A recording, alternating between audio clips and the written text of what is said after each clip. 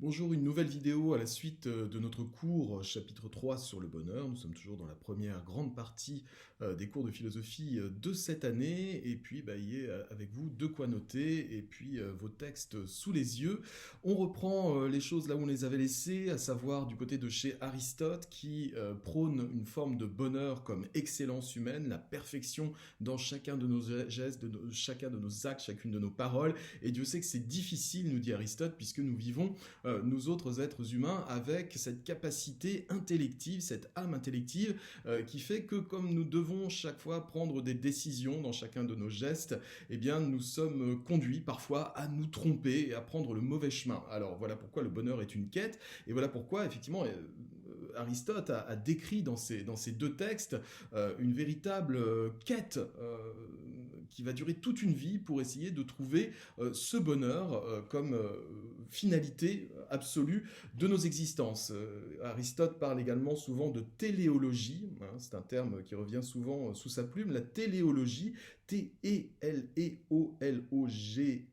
la téléologie, eh bien, dedans il y a le préfixe télé, que vous retrouvez dans télévision, téléphone, etc., et qui veut dire à distance. C'est-à-dire que notre vie, il ne faut pas oublier que nous ne sommes pas des êtres figés dans le temps ou figés dans un instinct, comme les animaux, par exemple, puisque pour Aristote, très clairement, un animal eh bien, va avoir tous les jours exactement le même comportement jusqu'à la fin de sa vie, puisqu'il est guidé par cet instinct qui se répète indéfiniment. Nous sommes des êtres téléologiques, c'est-à-dire qu'on peut changer, on peut varier, on peut avoir une vie différente. Nous avons des objectifs à court terme, bien sûr, mais aussi des objectifs à long terme. Et voilà pourquoi c'est si difficile. Alors reprenons la lecture du cours après la lecture de ces deux textes. Le plaisir humain est présent dans le bonheur, bien sûr, mais il n'est qu'un ajout superficiel. On parle là, évidemment, des plaisirs postiches. On ne parle pas, vous vous souvenez, de ces plaisirs, ou du moins de ce plaisir éprouvé à l'action noble en elle-même. Ici, Aristote est très clair, il parle des plaisirs postiches, des plaisirs qui se surajoutent. Je mange un carré de chocolat, je fume une cigarette si je suis un fumeur, je bois un verre de vin si j'aime le vin, etc., etc. Eh bien, ce ne sont que des ajouts superficiels. C'est ici l'excellence humaine qui est en jeu, pas la capacité à éprouver une sensation agréable. Notre âme est intellective, nous ne sommes pas comme des animaux inférieurs. Et oui, pour Aristote, très clairement, on est dans l'Antiquité, les animaux sont très clairement très inférieurs à nous, et nous sommes d'une essence quasiment divine, bien sûr, bien sûr. Le bonheur, selon Aristote, est donc relié à l'empathie, à la morale, à l'action vertueuse, sans forcément passer par le plaisir. Encore une fois, le plaisir postiche, le plaisir qui vient de l'extérieur. Voilà pourquoi, dans le deuxième texte, Aristote parle des plaisirs du quotidien comme des plaisirs postiches. Justement, un postiche, je le réexplique ici, un postiche, c'est par exemple du maquillage ou une perruque, c'est très joli, mais tout le monde voit bien que c'est du toc et que la vraie beauté de la personne n'est pas là. Les plaisirs sans vertu, qui n'obéissent pas à un devoir, sont des plaisirs qui se surajoutent, mais qui ne font pas partie du vrai bonheur. Le bonheur, deuxième partie, deuxième argument ou paragraphe de cette partie, le bonheur par la raison, cette fois, pas besoin de joie ni de plaisir pour être heureux. Donc là, on franchit un cap supplémentaire, puisque Descartes, au XVIIe siècle, va nous dire carrément que le plaisir est non seulement bien gentil, mais pas constitutif du bonheur, mais en plus, le plaisir est même contre-productif par rapport au bonheur. Chez Descartes, comme chez Aristote, il y a l'idée d'excellence humaine donnée par la raison, comme souverain bien. L'homme étant un être de raison, je donne ici une citation de Descartes. Descartes disait « La raison est la chose au monde la mieux partagée par tous », c'est-à-dire que chaque être humain va naître avec la raison en lui ou en elle. Il faut développer cela pour parvenir à la perfection humaine. Ce que la nature, ou plutôt Dieu, puisque Descartes était très croyant, a mis en nous cette fameuse faculté de se perfectionner, cette fameuse raison, eh bien c'est le seul moyen, la seule viatique pour nous mener vers le bonheur.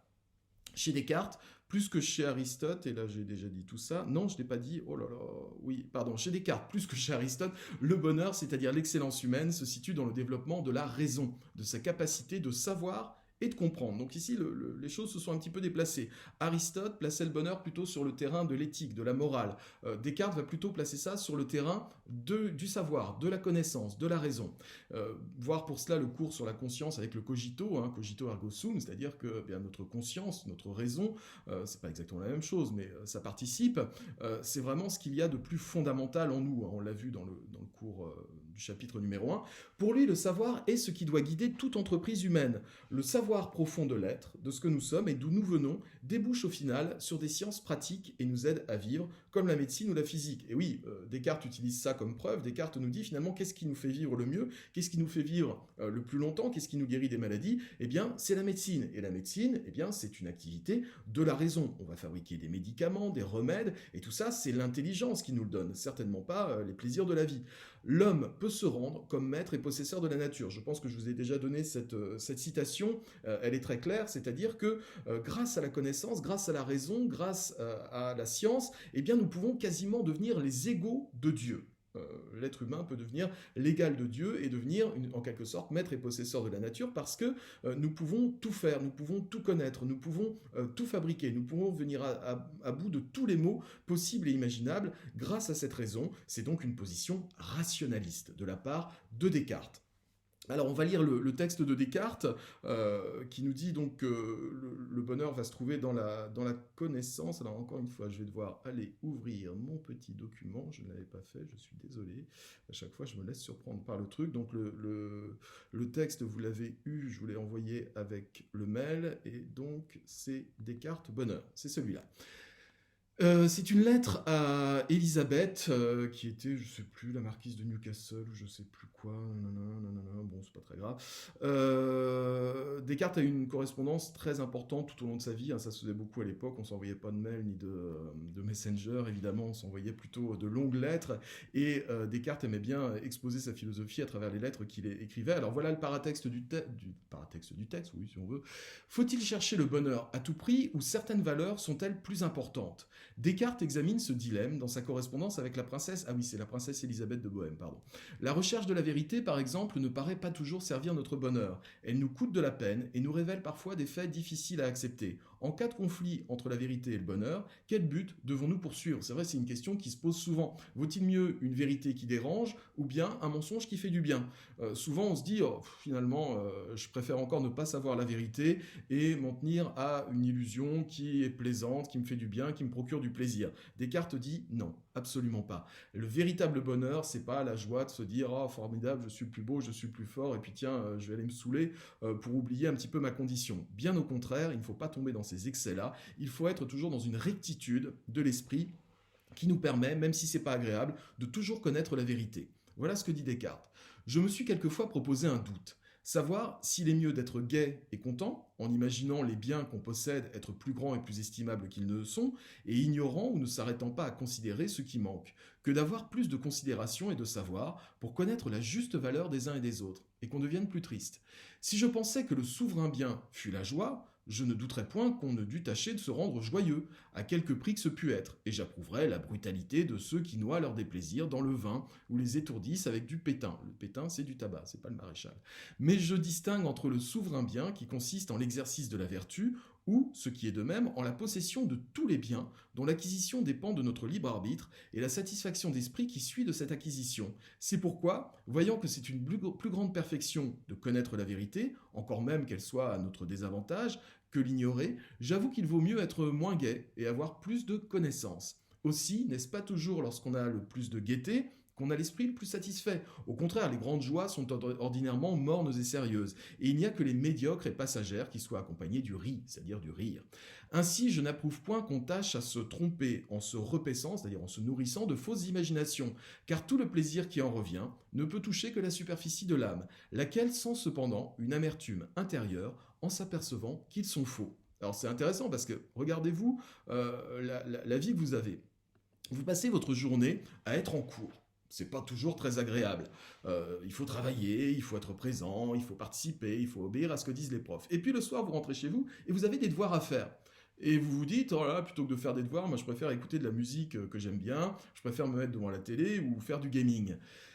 Descartes serait pas du tout content de vous, mais alors absolument pas. C'est-à-dire que Descartes dirait oui, c'est difficile d'être dans l'apprentissage, c'est difficile de s'orienter de plus en plus vers le savoir. Mais c'est ça qui vous rendra heureux. Certainement pas le fait de vous procurer un petit plaisir passager en écoutant de la musique qui vous plaît, en faisant des jeux sur votre ordinateur ou en vous avachissant devant la télé. Non, certainement pas. Vous découvrirez très vite et à long terme qu'il vaut mieux effectivement s'enfermer, à travailler, à essayer de connaître. C'est ça qui procure le bonheur et non pas les petits plaisirs passagers. Donc maintenant, vous savez ce qu'il faut faire. Travailler, travailler et travailler encore plutôt que de vous étourdir dans des plaisirs passagers qui sont totalement contre-productifs pour le bonheur parce qu'ils sont addictifs. Hein. Descartes le dit déjà, c'est pas pour rien que dans son texte, il évoque le tabac, l'alcool, en disant finalement c'est une forme de brutalité tout ça. On s'abrutit la tête, on s'abrutit le cerveau en pensant que ce plaisir-là peut nous mener vers le bonheur. Mais non, certainement pas. Pour Descartes, il vaut mieux avoir une vie de labeur, de connaissance,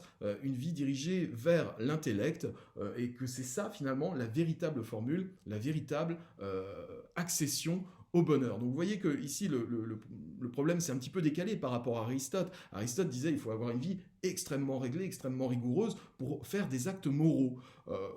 Pour Descartes, c'est plus des actes intellectuels qui vous permettront eh bien, de devenir peut-être des grands médecins, des grands savants qui aideront plus tard l'humanité. Donc finalement, la morale, l'éthique ne fait que se surajouter à la connaissance. Plus je connais des choses sur l'univers, plus je suis capable de devenir autonome dans ma pensée, de pouvoir apporter des choses à l'humanité, plus je vais être dans ce fameux bonheur. Donc voilà, on pourrait dire ça aussi par exemple aux étudiants en médecine hein, qui ont des cursus extrêmement difficiles, longs, compliqués. Je vous renvoie pour ça à un excellent film qui s'appelle Première année, où on voit effectivement des étudiants en médecine complètement épuisés à force de ressasser à longueur de journée les préparations des QCM, les examens, etc. Eh bien, si Descartes voyait ce film, il dirait, mais ces jeunes-là, ils sortent pas, ils voient pas d'amis, ils sont toujours enfermés avec leur dictionnaire Vidal et leurs cours de médecine, mais ils sont beaucoup plus heureux, à long terme, ils seront beaucoup plus heureux puisqu'ils auront un métier intellectuel, intéressant, où ils pourront beaucoup plus aider l'humanité. Oui, pourquoi pas, c'est une façon de voir les choses. N'empêche, en attendant, c'est vrai que de temps en temps, on aime bien plutôt se mettre devant un programme télé un peu stupide ou quoi que ce soit d'autre, mais pour Descartes, ce n'est absolument pas ça le bonheur. Alors, je vous avais prévu des questions, mais on n'aura pas forcément le temps, et puis en distanciel, c'est difficile, donc j'ai prévu les réponses, et puis les questions, et puis les réponses. Première question, quelle est l'alternative posée au début du texte? C'est assez simple, l'alternative est la suivante. Vaut-il mieux être joyeux et ignorant, se prenant pour plus fort et mieux loti qu'on ne l'est, ou bien vaut-il mieux être triste mais conscient de ce que l'on a et de ce que l'on est? Cela pose la question du statut du bonheur. Être dans le plaisir, dans le contentement stupide et inconséquent. Inconséquent, c'est quand vous fichez totalement des choses, vous dites, moi, je préfère m'amuser, et puis point barre. Est-ce le bonheur? Ou bien le bonheur est-il dans la pleine conscience, dans la connaissance? Quelle est la réponse de Descartes et comment l'argumente-t-il? Eh bien là aussi, c'est assez simple. Il est évidemment plus parfait d'être savant, de connaître, que d'être un ignorant. L'excellence est donc là. Celui qui connaît et qui se connaît... Alors, attendez, je déplace un petit truc parce que je veux voir mon timing. Voilà. Celui qui connaît et qui se connaît... J'ai perdu ma ligne, c'est formidable, est dans une élévation bien supérieure à l'inconséquent qui ignore tout de lui-même, du monde et de ses valeurs. Son argument principal est le suivant: si le simple plaisir fugitif vient du fait de s'étourdir dans des désirs sensuels, alors le bonheur n'est pas le bonheur, c'est-à-dire pas la perfection de l'âme, mais un simple plaisir passager et superficiel. Comme chez Aristote, le plaisir existe bel et bien, mais pour atteindre le bonheur, c'est juste une fausse piste. D'accord. Donc voilà, la prochaine fois, vous aurez le choix entre regarder Cyril Hanouna le soir pour vous vider la tête ou bien vous brancher sur Arte et apprendre des choses sur la géopolitique. Vous saurez ce qu'il faut faire pour trouver le bonheur. Grand 2, alors ouais, non, on va pas avoir le temps, ce sera dans la vidéo suivante. On en a fini avec la première grande partie du cours. À très vite pour la suite du cours.